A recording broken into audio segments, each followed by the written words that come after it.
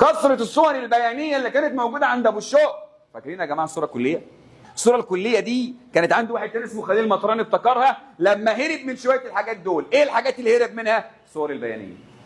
في تشبيه، في استعارة، في كناية، في مجاز، في صورة ممتدة، في صورة مركبة، في صورة مركبة متداخلة، في صورة مركبة غير متداخلة، في صورة مجردة، في صورة مرشحة. ايه كل ده؟ قال لي في صورة مطلقة، وكل دول ممكن نسميهم الصورة الجزئية. ايه يا عم ده احنا مسكنا بيت واحد لأحمد شوقي، عصفت كالصبا اللعوب ومرت سنة حلوة ولذة خلس، اللي حضر معايا البلاغة طلعنا منها كام تشبيه وكم استعارة وكم صورة مركبة. كانت سطوة الصور البيانية دي والتشبيهات والاستعارات عند مدرسة الإحياء والبعث تتعب اي حد يفكر يكتب شعر كده. راح خليل مطران هرب من الفكره وابتكر لنا صيغه شعريه جديده، والصيغه الشعريه قائمه على مفهوم فني حديث.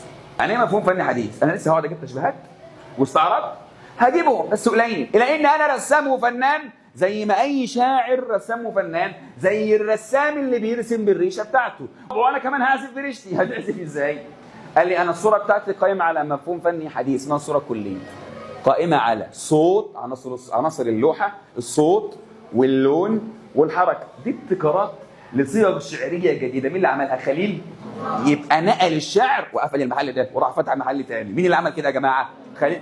امتى طلع خليل مطران الافكار بتاعته دي؟ في ديوان، وديوان الخليل اللي 12 سنة 1908 موجود عندك. ها متى واين اعلن سؤال خليل مطران عن مذهبه الجديد؟ واللي اعلن في ديوانه ديوان الخليل عام 1900 وكام و8. مين اللي عمل كده؟ خليل مطران.